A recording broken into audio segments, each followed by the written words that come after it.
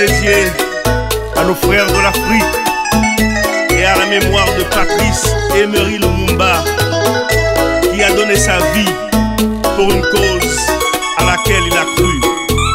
Lumumba, ohé, ohé, ohé. Tokumisa Emery Patrice Lumumba bana Afrika mobimba yo moto apesi biso lipanda kobanda na Haïti pe na Afrika Haïti tokumisa Emery Patrice Lumumba. À la misère on fait passer parce que ça nous réclamer égalité, fraternité, liberté, non société, indépendance, pas tolérance, divine avant, en pile souffrance. Yo va nous payer avec vengeance, pour nous pas jamais délivrance. Indépendance, cha cha, Tozouye. Nelson Mandela, Cha cha, Toubakili. Patrice Lumumba.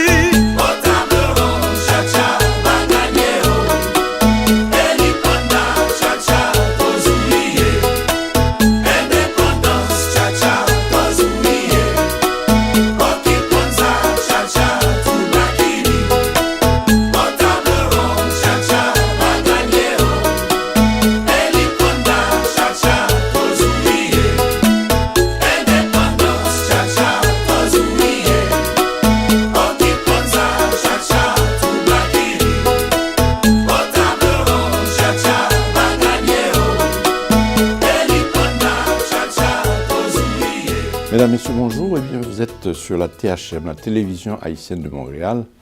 La télé à votre image. Comment allez-vous chez vous? Je vous dis bonjour pour ceux qui sont ici au Canada. Et nous saluons aussi les gens qui sont aux États-Unis, notamment dans les Caraïbes, en Afrique. Parce que là, nous allons faire un saut en Afrique, en quelque sorte. Parce que la personne que nous recevons, c'est un confrère, un frère haïtien aussi. Un frère africain, de préférence. C'est quelqu'un qui fait de l'animation, qui est journaliste, on peut le dire, qui est ici au Canada. Et je ne vais pas vraiment m'en passer de vous dire qu'il s'agit de Monsieur Henri Ngaka. Est-ce que je prononce bien le nom? Très bien. Bonjour Henri. Vous venez de quel endroit de l'Afrique, Monsieur Ngaka? Je viens de la République démocratique du Congo, qui à l'époque avait changé de nom. Il s'appelait à un moment donné Zaïre, qui était à l'époque dirigé par Mobutu, et par la suite Kabila, et maintenant c'est Félix Tshisekedi qui est le président. Alors, c'est un plaisir de vous recevoir. Pourquoi de te recevoir? Pourquoi? Parce que nous étions, je ne vais pas le cacher, j'étais vraiment un spectateur, un téléspectateur, qui voyait les émissions de 30 minutes qui se passaient, je ne me rappelle plus c'était quelle chaîne, mais... Global. Voilà, c'était Global. C'était Global. C'était vraiment très intéressant, succinct. CJNT. Oui, CJNT. Une émission succincte, mais qui était vraiment très, très, très bien corsée, et qui nous informait de beaucoup de choses. C'était vraiment formidable. Merci. Alors, c'est pour cela que c'est un plaisir, n'est-ce pas? On sort d'un plateau de télévision pour venir à un autre. Je trouve ça formidable. Merci. Alors, comment va la vie au Canada? La vie au Canada, ça va. Ça va. Malgré les hivers, mais bon, on finit par s'adapter. Hein. D'accord. Ça fait un peu des hauts et en fait des bas. L'hiver, c'est très froid, l'été, c'est très chaud, mais ça va. Ça va, on se plaint. Un homme universel, mesdames et messieurs, qui traite de tous les sujets. Donc, ça veut dire que nous allons faire un tour d'horizon. Parfois, nous allons parler de politique, si vous le permettez. Si tu le permets. Avec grand plaisir. Avec grand plaisir. Quoique j'aime pas beaucoup, mais quand même, avec grand plaisir. Oui, bon, de culture, généralement. Je ne vais pas rester là-dedans aussi. Pourquoi? Parce que si ce n'est pas un sujet qui qui t'intéresse trop, donc il ne faut pas que je reste là-dedans. Il faut qu'on aille ailleurs. D'accord, pas de problème. Ouais. Alors, je dirais, quelle formation qu'il y a eu à travers Monsieur Ngaka? Ma formation, donc. Oui. Ma formation, ben, elle est donc d'ici.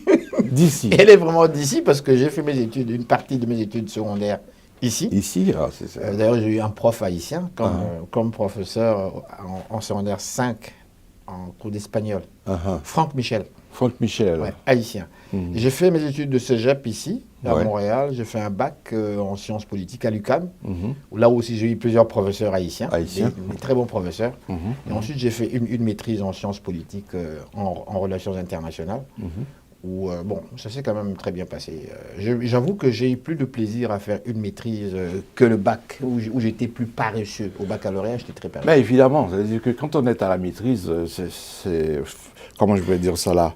C'est la recherche, c'est personnel. J'étais très stimulé. Oui, c'était très stimulé, parce que là, on échange les idées dans les séminaires, par exemple. Exactement. On apporte ces idées, tout ça. Exactement. Donc on construit aussi.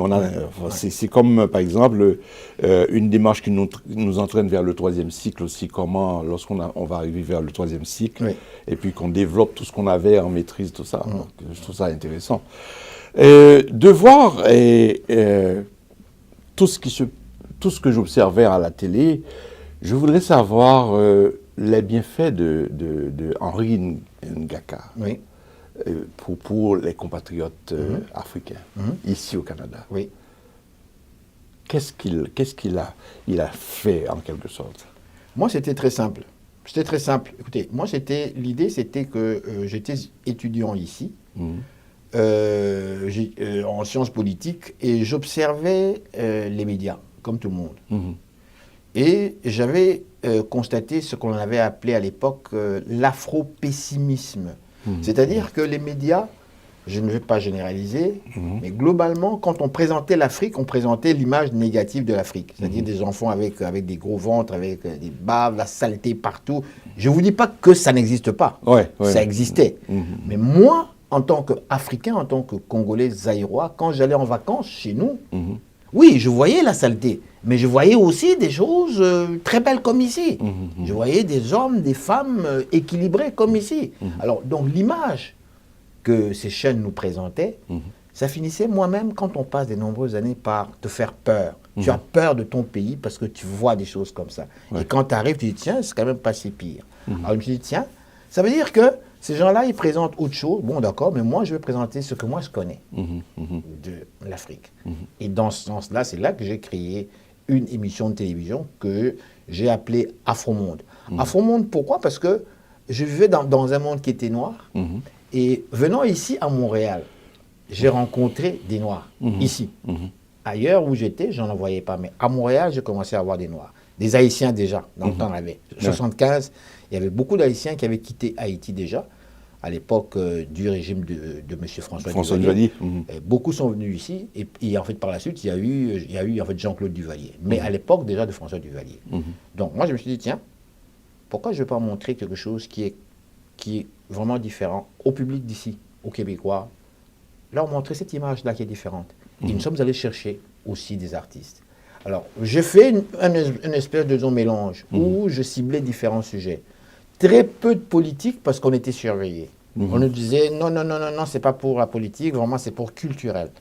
Donc, ok, on présentait des sujets sociologiques, des sujets économiques, d'affaires, artistiques surtout, tout en traînant un peu les artistes, en le faisant parler un peu des questions politiques.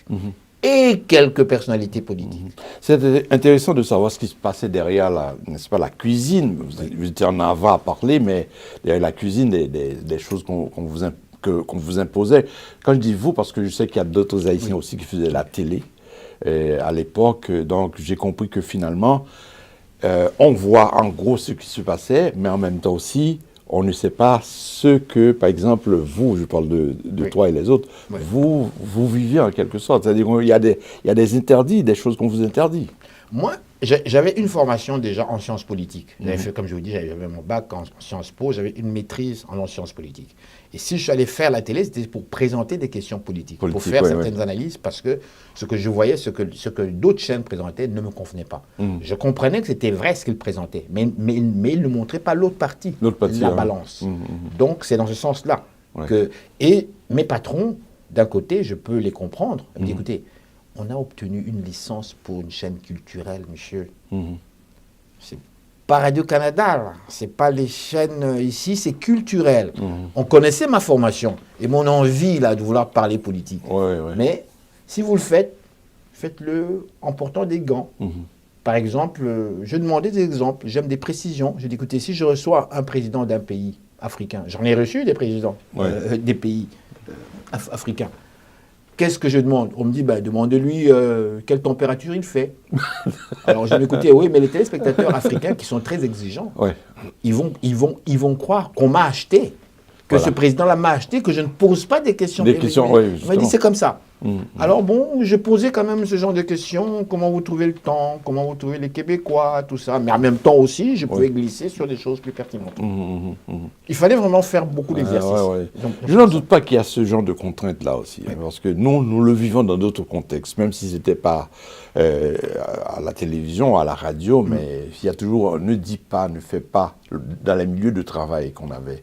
On peut nous appeler à huis clos pour nous dire, bon, il faut pas traiter de tels sujets, etc., etc. Parce que moi, notamment, qui était dans l'enseignement, en fait, je continue de temps en temps d'en faire pendant ma retraite, mais on peut dire que c'était ainsi, on peut nous appeler à huis clos pour nous dire, bon, il faut mettre la pédale douce. Dans mon cas, j'avais pas le choix.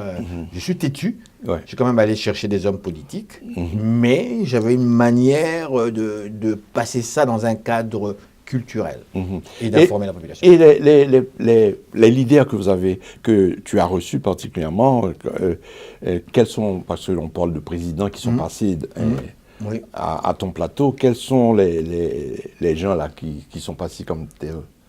J'ai M. Blaise Compaoré, qui était l'ancien président du Burkina Faso.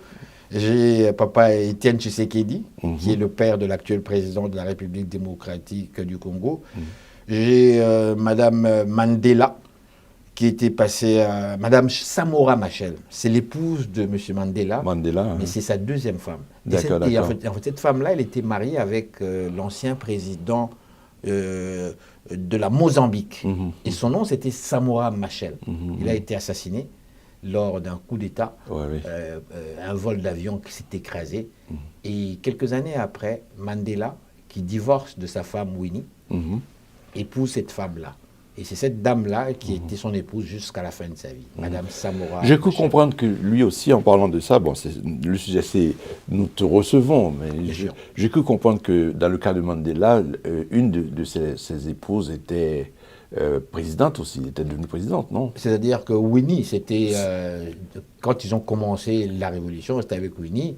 Et Winnie l'aurait attendu jusqu'à sa sortie de prison. Mais à sa sortie de prison, bon, peut-être qu'il y a eu des choses qui n'ont pas fonctionné. Et un peu plus tard, évidemment, ils ont divorcé. Et il a épousé la femme de l'ancien président du Mozambique. C'est ça. Voilà, que j'ai reçu en entrevue, Madame Samora Machel. Une femme très forte caractère. Très bonne. De façon embryonnaire, quelles sont les préoccupations comme animateur? Quelles sont tes préoccupations? Comme par exemple, quels sont les soucis? Parce que sciences politiques, il y a un but particulier. Bien sûr, quand on fait sciences politiques, moi, en ce qui me concerne, lorsque j'ai fait sciences politiques, d'abord, mon papa était carrément diplomate de carrière. Donc forcément, j'écoutais la politique chez nous depuis que je suis petit garçon. Ça faisait partie des conversations normales et naturelles de la vie et tout ça. Et donc forcément, j'avais un intérêt sur ces choses-là. Et en plus, très jeune, je les ai quasiment tous vus, les leaders qu'on avait eus, parce que je vivais non loin du Parlement. Donc petits garçons, je les voyais passer dans leur voiture, tout ça. Et ça nous a m'impressionné énormément, énormément même. Et donc un peu plus tard, en voyageant dans le monde avec mon père, en étant dans le milieu, en voyant un petit peu comment ces gens-là étaient, et j'étais aussi très impressionné. Et mon père m'a dit, si tu veux devenir comme eux, il faut que tu ailles à l'université, mon fils. Tu dois lire énormément, il faut beaucoup lire. Mais c'est ce que j'ai fait. Ouais. Et qu'est-ce qui fait, parce que la première question que je posais là, c'est pour venir là-dessus, qu'est-ce qui fait que pendant très longtemps, quelqu'un qui a une belle expérience, qui a étudié ici au secondaire, cégep, université, qu'est-ce qui fait que Henri n'est pas allé directement poser sa candidature, soit au fédéral ou au provincial? Ma candidature pour travailler? Pour devenir député, pour devenir... Vous allez plus loin que moi. Mon Dieu, je n'ai jamais pas besoin de sincère avec vous. Oui, parce que ça... moi, je te regardais à la télé, c'était très intéressant, comme je le dis, hein, je vois des chapeaux, vous savez. En fait, pour moi, c'est-à-dire que c'est un modèle. Mon Dieu, merci. En ce temps-là, je ne faisais pas la télé, je faisais la radio, par exemple. Oui, merci. Là, merci. Donc, de voir tout ce temps-là, hein, et un homme qui a fait les sciences politiques, et moi, je croyais que j'aurais pu te trouver peut-être déjà comme député, tout ça. Alors, c'est là ma question. Oui, c'est une bonne question. Vous savez, moi, quand j'ai étudié en sciences politiques, ce n'était pas du tout dans l'intention, même dans le but de faire de la politique. Ni ici, ni encore chez moi. Et après mon baccalauréat en sciences politiques, toujours mon père m'a poussé, m'a dit, fiston, tu as la chance de comprendre ces phénomènes-là, continue. C'est très important. Le plus que tu pourrais, mieux c'est. Donc j'ai continué en maîtrise. Et arrivé au niveau de la maîtrise, je dis, c'est vrai qu'il avait raison. Je suis même allé jusqu'au niveau du doc, mais en communication, et j'ai arrêté. Je n'ai pas fini le doc, j'avais commencé en fait la scolarité. Et pendant que j'ai fini ma maîtrise, j'ai commencé à faire des émissions de télévision. Et j'ai rencontré par hasard, lors d'une conférence de presse, un collègue avec qui j'étais en maîtrise à l'Université de Montréal. Il était là, je dis, mais qu'est-ce que tu fous ici, toi? Il me dit, mais mon cher ami, je me présente comme candidat. Je dis, pardon, candidat de? Il dit, mais je me présente comme candidat du Parti québécois. Je dis, toi? Il dit, oui, mais toi aussi, tu peux le faire. Alors, j'ai trouvé ça incroyable qu'un collègue d'université se présente là comme candidat et il a gagné. Il est devenu un grand député ministre. Son nom, c'est Facal. Oui, Facal, il est devenu un grand ministre. Et d'autres que moi j'ai connus. Personnellement, j'avais peur de la politique. J'avais peur de la politique. Quelqu'un qui a fait les sciences po, qui a peur de la politique. J'avais peur de la politique, justement parce que j'ai étudié... Est-ce que c'est à cause des études qui fait ça ou quoi? Parce que j'ai étudié d'abord en sciences politiques, et aussi parce que en étudiant en sciences politiques, je vais être franc avec vous, je lisais beaucoup et je regardais beaucoup des documentaires sur les phénomènes politiques. Et la politique, c'est ingrat. C'est très ingrat. Et dans ma famille personnelle en Afrique, j'ai eu des gens qui étaient dans la politique qui sont carrément décédés. Bref, pour moi, je ne voyais pas dans la pratique politique un bon œil comme tel. Dans la pratique politique, c'était pas... Étudier, analyser, observer les phénomènes politiques, oui. Mais me mettre dedans, sauter dans la bagarre, dans la bataille comme telle, c'est autre chose. C'est autre chose. D'abord, c'est pas tout le monde qui fait la politique qui a étudié en politique. C'est pas tout le monde qui fait de la politique qui comprend la politique. C'est pas tout le monde qui fait de la politique qui comprend pourquoi est-ce qu'ils font de la politique. Chacun se donne sa définition. Alors, lorsque vous vous retrouvez avec tout ce genre de personnes-là qui ne savent même pas c'est quoi la définition du mot politique, ça veut dire que vous dansez avec plusieurs éléments. Il faut être très fort.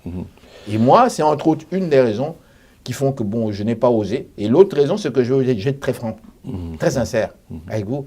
J'avais des complexes. Je me suis dit, je suis noir, je ne pense pas qu'ils vont m'accepter. Est-ce que ce ne sont pas les connaissances qui en fait, t'obligent à être de cette façon-là? Je ne sais pas. Il y avait un député haïtien à l'époque où j'étais étudiant à l'université. Vous le connaissez certainement. Le premier, le seul. Il était professeur d'ailleurs. Ce monsieur s'est fait traiter de sale nègre en pleine assemblée. Vous vous rappelez de cette histoire? Oui, je me rappelle. Il a fini par quitter la politique. Il y a eu d'autres personnes qui sont venues, qui ont relevé le flambeau. Mais moi, cet exemple-là que vous avez vu, j'étais jeune étudiant ici, Ça me faisait peur. Ça t'avait blessé. Blessé, en même temps, je me suis dit, oh, c'est pas ma place. J'ose même pas essayer. Quand j'ai vu d'autres arriver, j'ai dit, waouh, bravo, ils sont forts. Mais il y a aussi le fait que la population a changé. Les gens évoluent, les gens voyagent plus, les gens sont plus ouverts que dans le temps. Donc je me dis, aujourd'hui, c'est plus facile. Pour moi, je ne sais pas. Je ne vous répondrai pas là-dessus. Et pourtant, avec une émission culturelle, donc ça veut dire que tu déblayais le terrain pour les gens. C'est-à-dire que juste à observer, ça permet à d'autres Noirs qui sont au Canada de se dire, écoute, bon, je vais dans tel domaine et que je suis capable d'y aller dans tel domaine. Il y a même des femmes, j'ai croisé des femmes dans le métro, des jeunes dames qui m'ont dit, monsieur, vous m'avez inspiré. Ah bon, je suis toujours surpris, très surpris, parce que pour moi, je fais naturellement.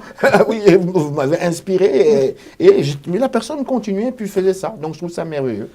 On va faire une pause musicale, probablement pour une pièce africaine qui est de ton choix. Oh là là. Ah bon, vous les avez tous?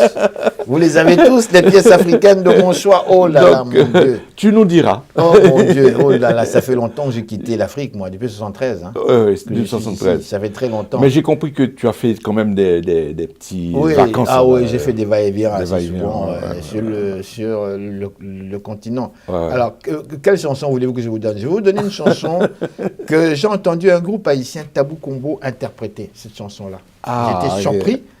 Ça s'appelle Indépendance. Indépendance, d'accord. Une très belle chanson, vraiment. Oui, et cette chanson avait été chantée par un artiste congolais, Kabasele, qui est décédé aujourd'hui. Indépendance, tcha-tcha, tozumiye. Okipwanza, tcha-tcha, tubakidi. Au table ronde, tcha-tcha, bagagné. Onipanda, tcha-tcha, tozumiye. Indépendance, tcha-tcha, tozumiye. Okipwanza, tcha-tcha, tubakidi. Au table ronde, tcha-tcha, bagagné. Onipanda.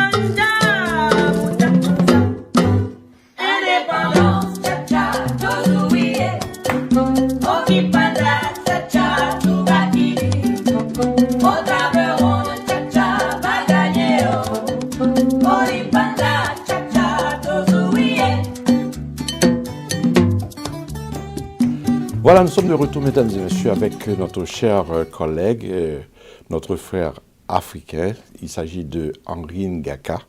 Donc, c'est ça, c'est que c'est quelqu'un que c'est un plaisir de le recevoir parce que ça fait longtemps que je ne l'avais pas vu, même s'il est toujours à la télé.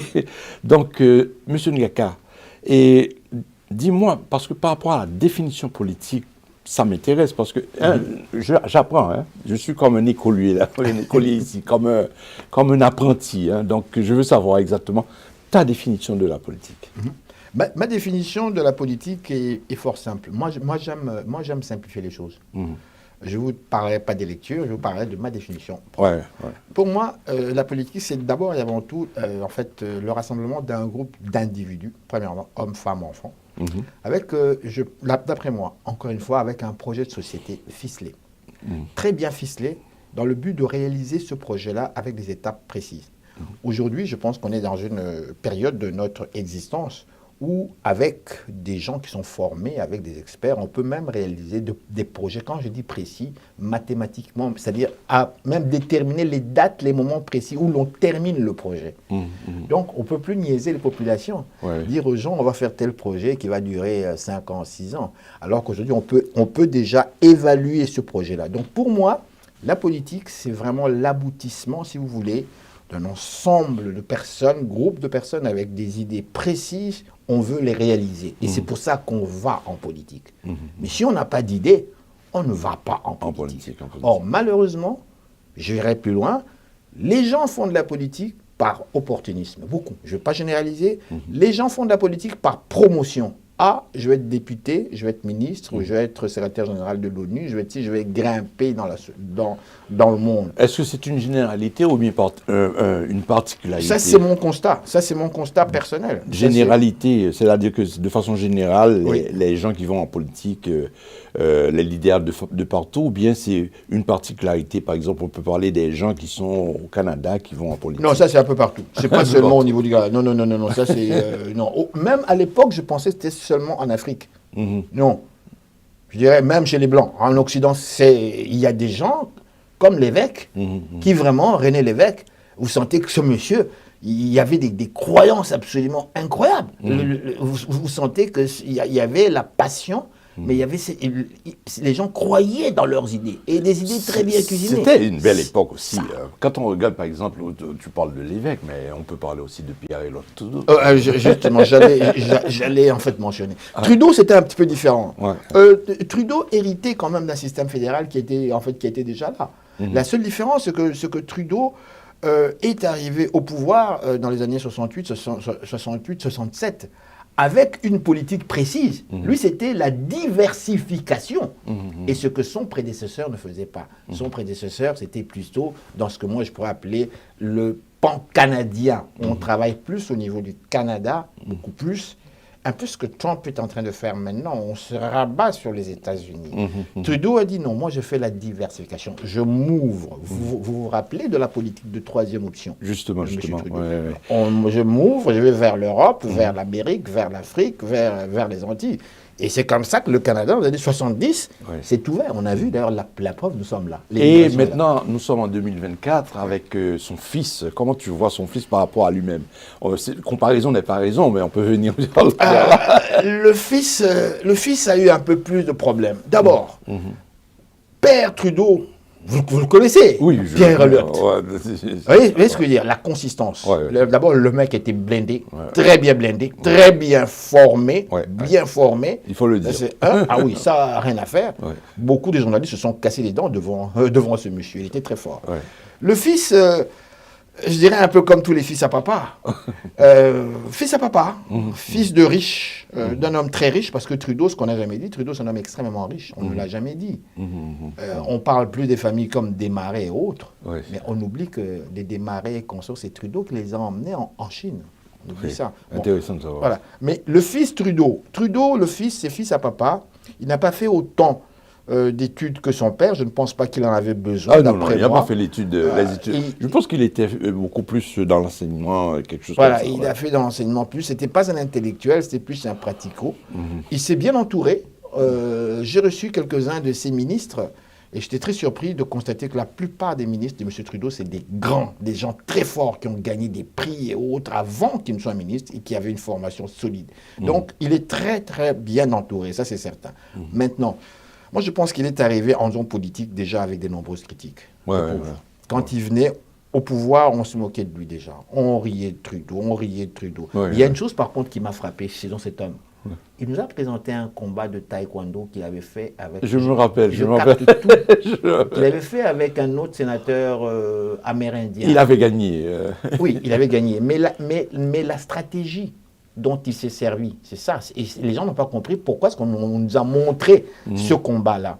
La stratégie a été la stratégie de Mohamed Ali, c'est-à-dire tape-moi dessus, cogne, tu vas te fatiguer jusqu'à ce que tu te fatigues à mort et quand tu seras le moindre hésitation, je te bats. Paf. Et c'est ce qu'il a fait. C'est ce qu'il a fait. L'Amérindien a tapé dessus, Même la maman de Trudeau, j'ai bien vu le combat. La pauvre maman était là, elle pleurait. Elle pleurait. Mais le fils était mort. Tu voyais que ça, c'est le mec qui supporte. Je supporte les coups. C'est un dur à cuire. Voilà. Jusqu'à ce que tu te fatigues de me frapper et quand tu vas te fatiguer, je t'écrase. Et je pense que je vois un petit peu la même chose actuellement dans l'actuelle campagne au fédéral. J'espère que je ne me trompe pas, mais c'est ce que je constate actuellement. Les coups sont très très forts et l'adversaire réagit, mais à peine. À peine. Il est sur... il esquive un peu. On a l'impression qu'il se sent déjà défait et que le protagoniste se sent déjà gagnant. Un petit peu, c'est l'impression qu'on donne. J'ai entendu que le Parti conservateur se comporte déjà comme étant le gouvernement qu'ils vont élire. Bref, moi je pense qu'il a fait sa part. Il a quand même fait 2 mandats, le fils. Oui, bien sûr, il a fait 2 mandats. Et connaissant un peu la mentalité de la population ici. Est-ce que c'est pas parce qu'il se rapproche un petit peu des communautés, je dirais, ethniques? Si je comprends très bien, c'est que des gens qui l'observent, c'est pas comme un homme politique, parce qu'on peut dire que faire la Sciences Po, tu es un homme politique aussi, même si tu n'es pas député, tout ça. Oui. Est-ce que c'est pas parce que c'est un bonhomme qui se rapproche de façon universelle aux ethnies, qui fait que finalement on l'accule aussi dans un sens? J'aurais de la difficulté à vous répondre là-dessus, dans ce sens-là, mais je sais une chose, par contre. Le papa, Pierre Elliott Trudeau, avait créé la politique de la diversification qu'on avait appelée la politique de la 3e option, qui était l'ouverture du Canada dans le monde. À partir de ce moment-là, on a attiré des ethnies. On a attiré non seulement des gens qui venaient de l'Europe, de l'Est, on a attiré des gens qui venaient de l'Afrique, on a attiré des gens qui venaient de l'Asie, de partout. Et je pense que le fils ne fait que continuer. Donc de là à dire que les gens ne seraient pas trop contents parce qu'ils s'ouvrent aux ethnies, mais ce n'est pas le fils qui s'est ouvert, c'est le père qui s'était déjà ouvert depuis longtemps. Le Canada, je pense que l'immigration s'est ouverte ici dans les années 70, déjà. Donc ça ne date pas de maintenant. Donc je ne vois pas pourquoi est-ce que la population serait... personnellement, mon point de vue, on dirait que les gens sont un peu tannés dans la consommation. C'est-à-dire qu'on consomme un gouvernement, après 2 mandats, on veut un changement. On veut un changement. On veut un changement, mais l'influence aussi qu'on observe, c'est-à-dire que l'influence extérieure, par exemple, les autres politiques à l'extérieur, comme par exemple, quand les États-Unis réagissent, et le Canada, après, réagit.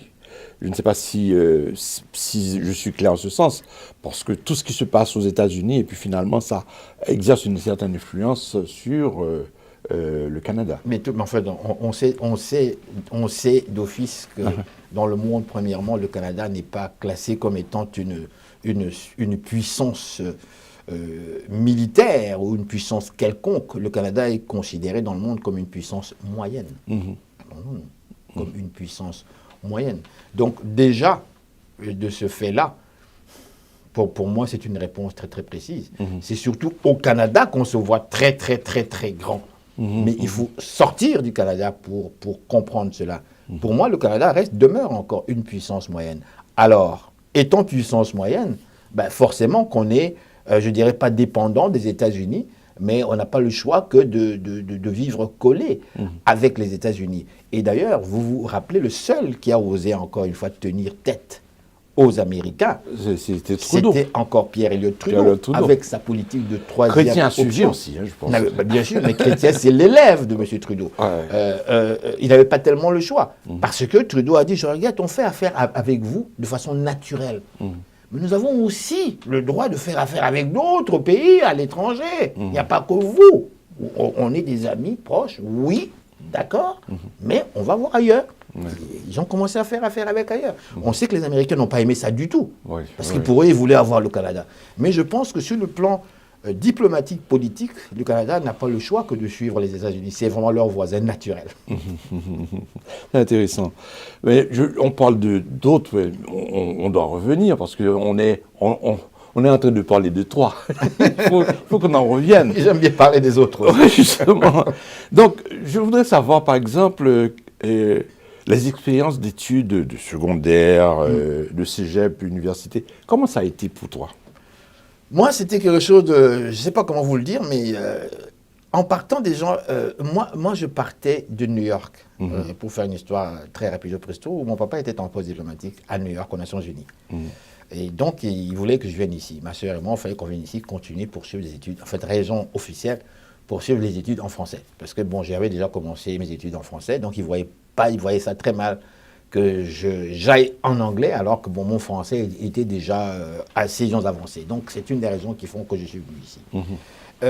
Et quand on m'a envoyé ici, on ne m'a pas envoyé à Montréal. Parce que la mode, chez les hommes diplomates ou même les hommes politiques, il ne fallait pas que les enfants aillent dans les grandes villes. Les grandes villes, c'est dangereux. Donc, une façon aussi de carrément nous protéger. Donc, je suis allé au Saguenay-Lac-Saint-Jean à Alma. J'étais quasiment le seul noir de toute l'école, en partant. Donc, les gens me regardaient comme étant le petit noir. Et moi, je les voyais comme étant tous des blancs. Des blancs.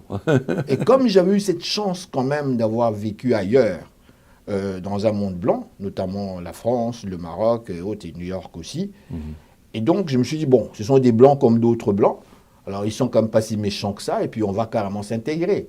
Donc, l'intégration a été facile. Je me suis fait des amis là-bas. Je me sentais chez nous. Je ne vous dirais pas qu'il n'y a pas des gens qui me regardaient avec des têtes bizarres ou en fait rigolaient ou se faisaient de moi. Oui, bien sûr qu'il y a des gens. Mais personnellement, ça ne me dérangeait absolument pas parce que j'étais bien. J'étais bien. Et puis j'avais déjà vu d'autres occidentaux avant de venir ici. Donc, bon, je me disais, on ne peut pas plaire à tout le monde. Étant noir, il y a des gens, je suis certain, qui ne m'aimaient pas. Mais je vous dis sincèrement que je m'en foutais mais complètement. Donc, j'étais très à l'aise. Bon, ça veut dire que la fierté... j'étais très à l'aise. La fierté africaine, c'est d'autres. Quand je suis arrivé ici, à Montréal aussi, c'est ici que j'ai rencontré des Haïtiens. Parce que là où j'étais dans un monde totalement blanc. En arrivant ici, j'étais inscrit au cégep de Rosemont en 1975. C'est là où j'ai connu beaucoup d'Haïtiens. On a joué au soccer et qu'on sort ensemble, au football ensemble, et tout ça, les fêtes haïtiennes. On m'a fait découvrir Tabou Combo, tout ça, Skacha, et qu'on sort collé, tout ce que vous voulez. Y es-tu allé peut-être au hasard dans des balles, des soirées dansantes? Non, pas... Les soirées dansantes haïtiennes? Oui, non, pas. Mais mon cher, hey, caresser Banda, toi aussi. Mais Uri, caresser Banda, c'est caresser le derrière. Non, j'ai eu beaucoup de plaisir. Ici, dans l'obscurité, là. Je me sentais, je vous dis sincèrement, pour moi, vous dites frère, oui, je me sentais, avec les Haïtiens, c'était chez mes frères. Et d'ailleurs, jusqu'aujourd'hui.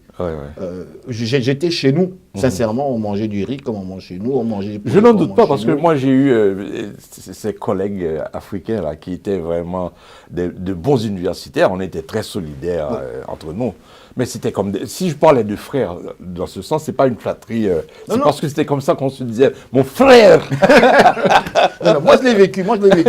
Mais vous me parlez de racisme ici. Personnellement, oui, j'ai peut-être eu des cas, je dirais... bon, écoutez, c'est pas seulement ici. Hein. J'étais en Europe, j'étais au Maroc aussi, où je me suis fait traiter de sale nègre. Jeune, j'avais quoi, 12 ans. Chez les zones arabes, même le mot nègre, je l'ai même retenu. En non-arabe, c'était Azi. Et sale nègre, c'est Azi Bambala. J'avais 12 ans. J'ai appris ça. Bon, c'est certain que ça m'énervait. Mais vous vous dites, tout le monde n'est pas raciste. J'ai connu des blancs très sympathiques. Oh, non, c'est sûr. Vachement sympathiques. Il y a des blancs très sympathiques. En Afrique même, des blancs qui sont toujours prêts à aider aussi. Donc, dans ce sens-là, me dire que, oui, le racisme, ça existe, mais dans mon cas, à moi, je ne peux pas vous dire que je ne l'ai pas vécu. Je l'ai vécu, mais ça ne m'a pas fait mal. Ça ne m'a pas touché nécessairement, ça ne m'a pas atteint du tout. Là où je trouvais ça dur, par contre, c'est en vieillissant, après mes études, question d'emploi. Ça, j'ai commencé à chercher du travail à la fin de mon bac. Quand on finit un bac, on peut travailler. On peut travailler, justement. Bon, au gouvernement, je postulais. Et à chaque fois, j'avais tout le temps non. Alors, un jour, j'ai écrit, j'ai dit, écoutez, ne vous cassez pas la tête, là, je suis noir, ok? Donc, je vous le dis d'avant, je suis noir. Est-ce que vous allez me prendre? Je suis noir.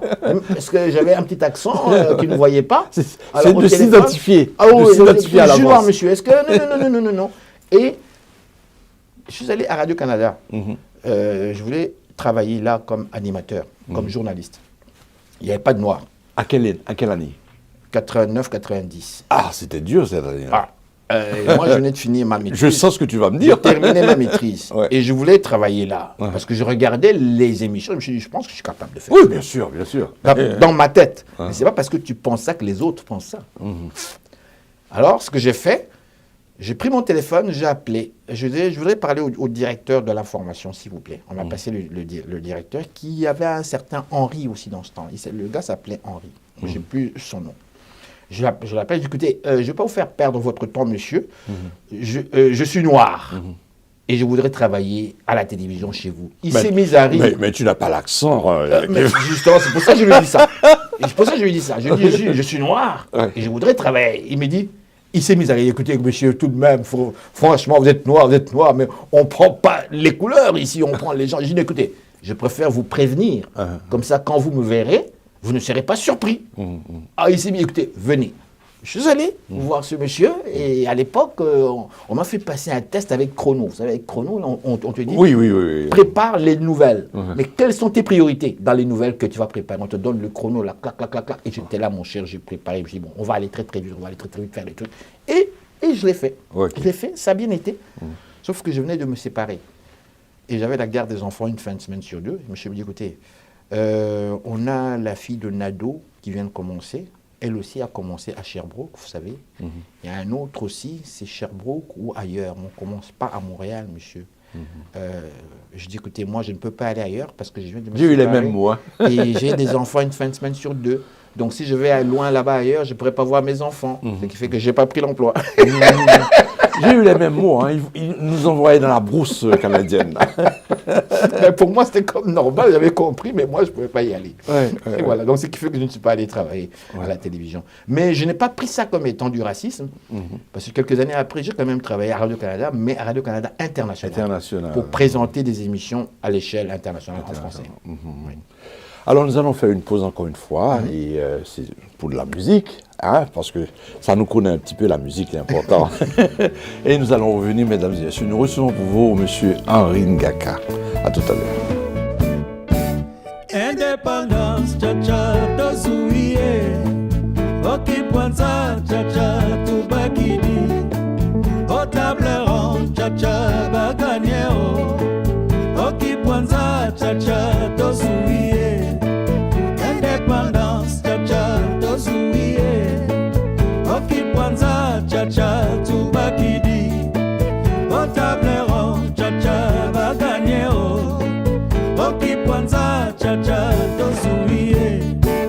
Asoreko na bako, bayokani moto moko, nakonaka na karte, balingani na francome, bolikambo kasavubu, pelumumba na kalonji, boliapende kamitato, oesanja mutakanza, indépendance cha-cha tozuie, okipwanza cha-cha tubakidi, otablero cha-cha baganeo, okipwanza cha-cha tozuie, indépendance cha-cha tozuie, okipwanza cha-cha tubakidi, otablero cha-cha baganeo, okipwanza cha-cha tozuie.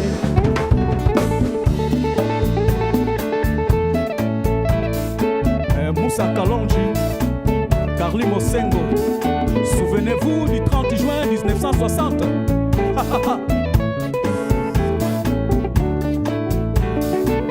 Henri, je voudrais savoir, qu'est-ce que tu penses, puisque tu es un homme politique, qu'est-ce que tu penses de la politique haïtienne, de ce qui se passe en Haïti? Et je vais te poser aussi la même question pour l'Afrique. Donc, d'abord pour Haïti. Pour Haïti, personnellement, évidemment, je trouve ça très très triste, premièrement, comme tout Africain, parce que pour moi, les Haïtiens, ce sont mes frères. Je trouve ça très très triste.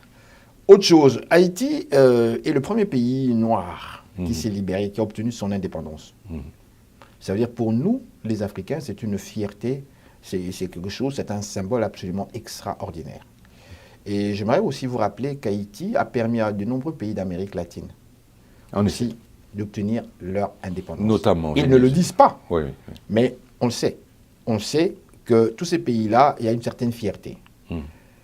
De voir ce pays-là, moi je m'arrête seulement à la période de François Duvalier, parce que je suis arrivé ici à Montréal, au Cégep en 1975, c'est là où j'ai connu les Haïtiens, c'est là qu'on me parlait de François Duvalier, Jean-Claude Duvalier, et je saute vite, je vais à Aristide, dans cette période-là, ces trois périodes.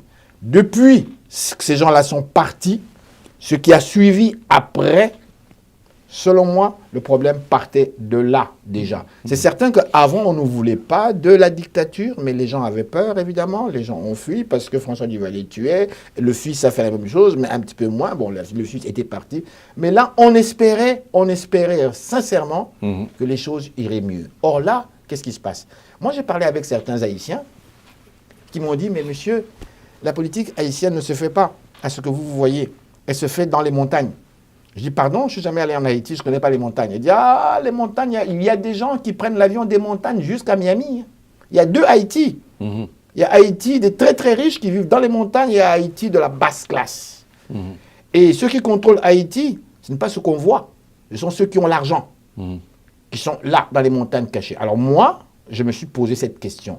Aujourd'hui, on nous parle des bandits. Je me suis demandé, est-ce que c'est une révolution des peuples haïtiens? La radio québécoise a dit non, ce n'est pas une révolution des peuples haïtiens parce que ces gens-là n'ont pas des intentions politiques. D'accord? Mais ils ont dit, si le Premier ministre vient, ben, on lui fait sa peau. Le Premier ministre n'ose pas venir et ne vient pas. Alors, il n'y a ni président, il n'y a ni Premier ministre. Alors, ça veut dire que le pouvoir, il est vacant. Ouais. Et moi, ma question était la suivante. On peut parler d'anarchie. Oui, on peut l'appeler comme on veut. Ouais. Mais moi, ma question était en fait la suivante. Où sont les Haïtiens de la diaspora? Vous, les Haïtiens, vous faites quoi de la diaspora? Votre pays, depuis Duvalier, depuis François Duvalier, j'entends les Haïtiens se plaindre. J'ai rencontré des Haïtiens professeurs, des éminents intellectuels haïtiens se plaindre. Notre pays, non, ceci, cela. Aujourd'hui, le pouvoir, il est vacant en Haïti. Il n'y a ni président. Le Premier ministre assumait les 2 fonctions, il n'a pas été élu. Alors, que fait la diaspora? Elle ne fait que parler. Vous avez l'argent, vous avez les professions, vous avez l'expérience, que ce soit aux États-Unis. En France, il y a beaucoup d'Haïtiens et des médecins haïtiens qui font leur recherche dans le monde. Des professeurs. Moi, j'ai eu des professeurs haïtiens ici, des très bons professeurs, que ce soit en sciences politiques, politique internationale, politique américaine, sociologie politique. C'était tous des grands et qui publiaient. Mais où sont-ils? Pourquoi vous de la diaspora n'agissez pas? Est-ce qu'ils ne sont pas empêchés aussi par ceux qui sont à l'intérieur du pays? J'ai entendu que vous n'êtes pas unis. J'ai entendu que les Haïtiens ne sont pas unis du tout. Ouais. Comme nous les Africains d'ailleurs. Mais ils sont empêchés par ceux qui sont à l'intérieur indirectement. Parce que si je comprends très bien, il y a un jeu yo-yo entre la France, entre les États-Unis et même entre le Canada. Hein? C'est-à-dire que ce qu'on appelle les core groups, est-ce que ça vous dit quelque chose? Par exemple, lorsqu'on parle de ces gens-là. Hein? Alors, on parle de ce genre d'empêchement. C'est-à-dire que c'est des gens qui auraient aimé être au pays pour pouvoir aider, mais en même temps aussi, ceux qui sont à l'intérieur ont des communications avec les gens qui sont des core groupes de la France, des États-Unis et de la... Moi, dans le cas d'Haïti, il y a de nombreuses questions. 1. Qui a tué le président? Pourquoi on a tué le président? Pourquoi on a tué le président? Ce que je sais, c'est qu'en tant que tout président, vous voulez développer votre pays. Voilà. Vous voulez créer des projets. Voilà. Vous allez chercher les subventions, l'argent pour développer. On vous dit non. Vous allez chercher ailleurs. C'est ça. Et vous commencez à chercher ailleurs, on vous regarde, on n'aime pas trop ça. On n'aime pas trop ça parce qu'on voit que vous allez vers la gauche. Et dans le monde, c'est vers la droite. Et en ce moment-là, on vous écarte. Et on l'a fait avec plusieurs pays d'Afrique. Mais dans le cas d'Haïti ici, qui est derrière le coup? Qui? Alors, on a parlé de sa femme aussi. On parle de sa femme. C'est étonnant qu'on parle de sa femme. Mais de l'autre côté aussi, on parle des oligarques. C'est-à-dire que les gens là qui font le commerce, qui ont l'argent. Ceux qui vivent dans les montagnes. Voilà. Et qui ont beaucoup de pouvoir. Parce que le plus souvent, lorsque les organisations internationales rentrent dans ces pays-là, ce n'est pas avec le peuple qu'ils ont contact. C'est avec ces gens-là. L'argent va chercher l'argent, en quelque sorte. Et autre chose aussi dans le cas d'Haïti, ce que je ne savais pas aussi, l'on m'a dit que l'économie haïtienne n'appartient pas aux Haïtiens. Voilà. L'économie haïtienne appartient aux étrangers. Aux étrangers, bien sûr. Syriens, Libanais, je n'ai rien contre eux. Syriens, Libanais, Irakiens et autres. Voilà. Haïtiens comme tels, niet. Pourquoi? Pourquoi? Et en citant ces gens-là, moi je pourrais ajouter encore une fois, je parle des Américains aussi qui sont là. C'est-à-dire que c'est eux, et leur financement aussi, c'est eux qui déposent, j'utilise ce verbe-là, qui déposent les leaders, présidents ou députés, etc., parce que c'est l'argent qui gouverne en quelque sorte. Donc, voici la situation d'Haïti. Mais à comparer en Haïti, si je vais vers l'Afrique, que je ne connais pas très bien en matière politique, mais quand on suit les nouvelles, je me suis dit, ben, il y a une belle évolution maintenant. Cependant, je fais, comme je vais dire ça là, des réserves en ce sens pour dire que j'entends parler aussi que, par exemple, il y a beaucoup de dictatures, de renversements de pouvoir, etc., qui continuent malgré tout, même si, par exemple, il y a certains pays comme le Mali, le Nigeria, hein, qui essayent de s'en sortir un petit peu de la situation, qui mettent, par exemple, les Français à l'extérieur. Donc, je ne sais pas, qu'est-ce que vous pensez de tout cela? Dans le cas de l'Afrique, ça paraît complexe, mais ça ne l'est pas. Rappelez-vous que les pays africains sont devenus indépendants pour la plupart dans les années 60. On parle des années 58, comme le Ghana, avec Kwame Nkrumah, qui a fait ses études d'ailleurs aux États-Unis. Mais la plupart des pays africains ont obtenu leur indépendance en 60. Alors, on va parler, je vais vous emmener ici vers ce qu'on appelle l'Afrique francophone, ce que les Québécois connaissent plus. Des pays comme le Sénégal, la Côte d'Ivoire, le Mali, Burkina Faso, Togo, Bénin. Ça, c'est vraiment l'Afrique de l'Ouest comme telle, francophone. Lorsque ces pays-là obtenaient leur indépendance, évidemment, si vous vous rappelez, il y avait en France ce mouvement de la négritude. Avec Aimé Césaire et autres, et dont Senghor qui ont rejoint aussi, par exemple, Duvalier, François Duvalier, et tous ces gens-là. Lui aussi, c'était un intellectuel aussi, j'avais lu. Voilà, j'étais très surpris d'ailleurs quand il était. Bref, dans cette période-là, il y avait déjà cette fierté noire qui montait, qui émergeait des États-Unis. Il parlait de la négritude. Voilà, des mouvements et autres. Et donc, la France ayant compris que ces jeunes intellectuels africains allaient carrément vers l'indépendance, la libération de leur pays, le général de Gaulle, en bon stratège, a voulu casser cela. Au travers son conseiller, il a proposé aux leaders africains de ce temps-là une entente de partenariat et de coopération. Bon, vous voulez être libre, d'accord, mais on peut coopérer quand même ensemble. Oui, parfait, pas de problème. Ça veut dire quoi, ça, cette coopération? Ça veut dire que ce que nous avons conçu chez vous reste. D'accord. On ne change rien. Et puis vous aurez quelques petites ristournes et tout ce que vous voulez, et puis on va aller comme ça graduellement. On va vous aider pour aller emprunter de l'argent au FMI et autres, et puis bon, voilà, ça va aller. Ceux qui ont accepté, il y avait le président Houphouët-Boigny de la Côte d'Ivoire, ainsi que Léopold Sédar Senghor du Sénégal. Ces deux-là, leaders, qui, eux, n'oublions pas, vivaient déjà en France, étudiaient en France, étaient mariés avec des Françaises, étaient déjà ministres au sein du gouvernement français, en France. Bien. Ces deux-là... Parce qu'ils ont les patterns aussi de tout ce qui... Voilà. Ces deux-là ont accepté, ils ont voulu entraîner les autres pays d'Afrique francophone dans cette entente-là. Ils ont tous dit oui. Le seul à avoir dit non, c'était Sékou Touré, de la Guinée. Sékou Touré a dit, je regrette, mais ça, vous êtes en train de me niquer, là. Comme disent les Québécois, vous me fourrez à plein tube. Ça ne marche pas, là. Non, on ne veut pas de ça. Et il a chassé De Gaulle. En chassant De Gaulle, on sait ce que la Guinée est devenue. La Guinée a été punie comme Haïti. Les Guinéens étaient les premiers à fuir leur pays, aller dans les pays d'Afrique, pour finalement aller ailleurs, au Canada et autres.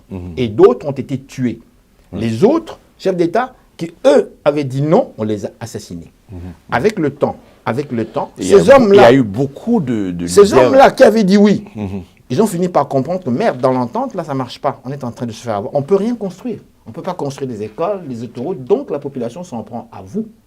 À ce moment-là, rappelez-vous, c'était la guerre froide, 60, la guerre froide, l'Est-l'Ouest, papa, maman, puisque nous, en devenant indépendants, on devenait automatiquement dans l'obédience de l'Ouest, puisqu'on était déjà des colonies de l'Ouest. Les pays ont dit non, on va aller vers l'Est aussi. Puisque eux nous roulent, on va vers l'Est. Et voilà, les coups d'État commençaient là. Dès qu'on sait, on sent, on pense que tu peux aller vers l'Est, on t'assassine. Alors il y avait plusieurs présidents qui sont morts. Oui, plusieurs. Beaucoup, et la plupart des coups d'État C'était des coups d'État préparés, je m'excuse, par le gouvernement français. Parce qu'on voulait changer l'homme qui n'obéissait plus. Et ça continuait jusqu'à tout récemment, ça continue encore. Alors, les jeunes au pouvoir, quand vous parlez de montée, évidemment, ce sont des militaires, des officiers qui ont étudié en France, qui ont vu, qui connaissent ce goût-là à la libération que les Français ont. On dit non, ça ne peut plus aller. On change les choses. Et c'est ce qu'ils sont en train de faire maintenant. Voilà. Ils sont en train de faire maintenant. Et moi, je pense que c'est selon moi très intéressant. Ça va descendre vers les autres pays tranquillement qui vont suivre. Ça a pris du temps. On est en 2024. Ce n'est que maintenant qu'il commence. Il était temps. Oui, il était temps et qui est très intéressant. D'autant plus aussi que la richesse qui se trouve en Afrique, c'est l'Afrique qui fait vivre ces pays-là.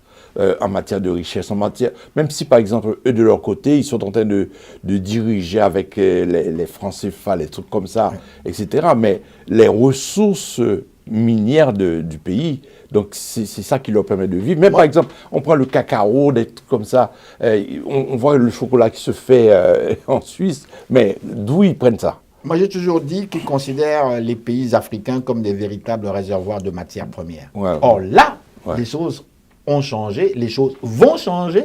Je vous le dis très sincèrement, personnellement, j'y crois. Les choses, on ne vend plus de la matière première. Nous allons dans les mêmes universités. On étudie dans les mêmes universités. Nous avons les mêmes connaissances. Ça veut dire que nous aussi, on peut fabriquer. Ça veut dire que nos matières premières, on peut les transformer. On n'est pas obligé de les vendre gratuitement à prix de rabais. Niet. On a des têtes. On a des gens qui étudient. Et écoutez, je m'excuse là, j'en ai connu plein à l'université qui réussissaient très très bien et qui étaient noirs comme moi. Donc, on n'a pas de complexe. Quand on a le diplôme, on l'a vraiment. Ici, on ne donne pas le diplôme. Tu vas le chercher. À la sueur de son front. Tu dois travailler fort pour le chercher. Très fort, à la sueur de son front. Donc, ça veut dire qu'on a les connaissances, qu'on peut le faire. On ne le faisait pas avant. Mais moi, je vous dis, d'ici quelques années, on fera comme la Corée du Sud. Les voitures, on pourra les fabriquer, les ordinateurs, parce qu'on a les matières premières. Et ça commence déjà avec l'Afrique. Voilà, il reste 3 minutes, la régie me fait signe. Je voudrais tellement parler, vous savez, hein, je fais du coq à l'âne, mais sauf que j'aurais tellement de choses à pouvoir poser comme question. Donc, mais le temps qui a été parti pour l'émission Rencontre FM est arrivé, donc nous disons merci de pouvoir venir comme invité. Donc il reste, alors là je ne vois pas très très bien, donc c'est ça, donc pour la télévision, à quelle télé qu'on peut te voir toujours? Ça, c'est important de savoir. Mon émission s'appelle Ça va causer, pour commencer. On peut me voir à Ici Télévision. C'est le fameux site web, c'est le www.icitelevision.ca. Et les projets dans cette télévision? Les projets, j'ai des projets personnels. Projets personnels mais j'en parlerai pas. On respecte ça. Alors, comme je disais, c'était un plaisir de te recevoir. C'est la régie qui me passait cette question-là. C'était important de pouvoir la poser parce que si j'arrangeais mes lunettes... Mais pendant que je travaille sur un film que j'ai écrit et qui part de moi. Mais je l'ai dilué pour ça le mettre... Ça va être un documentaire. Un film, je pense que c'est un film. C'est un film, pas un documentaire, un film. Parce que c'est inspiré. J'ai travaillé sur la musique moi-même et tout ça. Alors, ça part de moi. Mais j'ai voulu le sortir de moi pour aller chercher d'autres personnages. En fait, l'histoire du noir qui vient ici avec des rêves et qui vit la réalité nord-américaine. Voilà. J'en dirai pas plus. Bon. Alors voilà, nous disons merci, mesdames et messieurs, à M. Henri Ngaka d'être venu.